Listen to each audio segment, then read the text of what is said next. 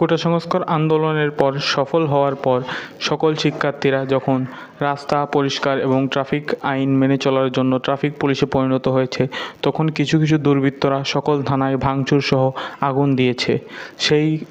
সেখানেই পরে সে দায়িত্ব পালন করছে সাধারণ শিক্ষার্থীরা, পাশাপাশি কিছু অভিনেতা এবং গণ্যমান্য ব্যক্তিরা। আমরা আশুলিয়া থানায় এখন আছি।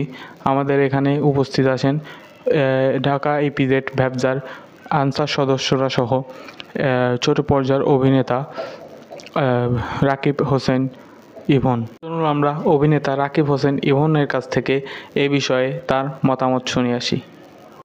আমরা এখন আছি আশুলিয়া থানার এখানে গত 5 তারিখে আমরা দেখেছি যে গুলিগোলা হয়েছে এবং বিভিন্ন ধরনের সহিংসতার ঘটনা ঘটেছে। এক্ষেত্রে আনসার বাহিনী আমরা দেখতে পাচ্ছি এখানে আছে, প্লাস আপনারা ছাত্র ভাই ব্রাদার যারা আছেন তারা অনেক সাহায্য করছেন। আপনার কি বলার আছে এই বিষয়ে? দেশটা আমাদের সবার। আমার দেশের পুলিশ আমার ভাই, আমার দেশের আনসার আমার ভাই। যারা রাজনীতি করেন কিংবা করেন না, তারা সবাই এই বাংলা মাতার সন্তান। সবার নিরাপত্তা দেওয়ার দায়িত্ব আমাদেরই।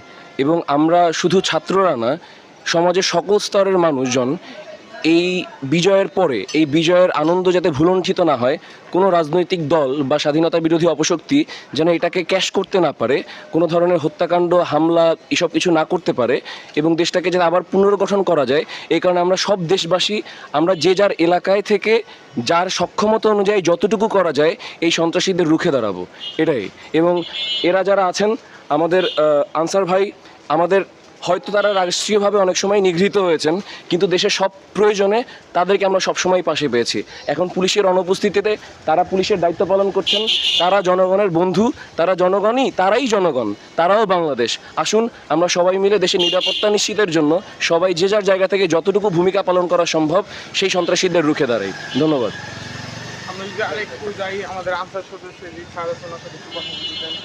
জি, আসসালামু আলাইকুম। আমি আনসার পিসি কমান্ডার আমজাদ হোসেন। তো আমরা আনসার বাহিনীরা যখনই দেশ দুর্যোগের মুখে পড়ে, আমরা নিরলসভাবে দেশের জন্য কাজ করে যাই। প্রতিটা গ্রামে গঞ্জে মহল্লায় যেখানে যেখানে যত দুষ্কৃতিকারীরা হামলা আক্রমণ চালাচ্ছে, তাদেরকে প্রতিহত করার জন্য আমরা 24 ঘন্টা সর্বদা নিয়োজিত আছি। হ্যাঁ, জনগণ আমাদের পাশে অবশ্যই আছে। বিশেষ করে ছাত্র জনতা আমাদেরকে হেল্প করতেছে, ট্রাফিকে আমাদের সাথে হেল্প করতেছে। সবাই মিলে আমরা নিরলসভাবে কাজ করে যাচ্ছি দেশের জন্য। ইনশাল্লাহ আমরা পারবো, আমরা সবাই পারবো।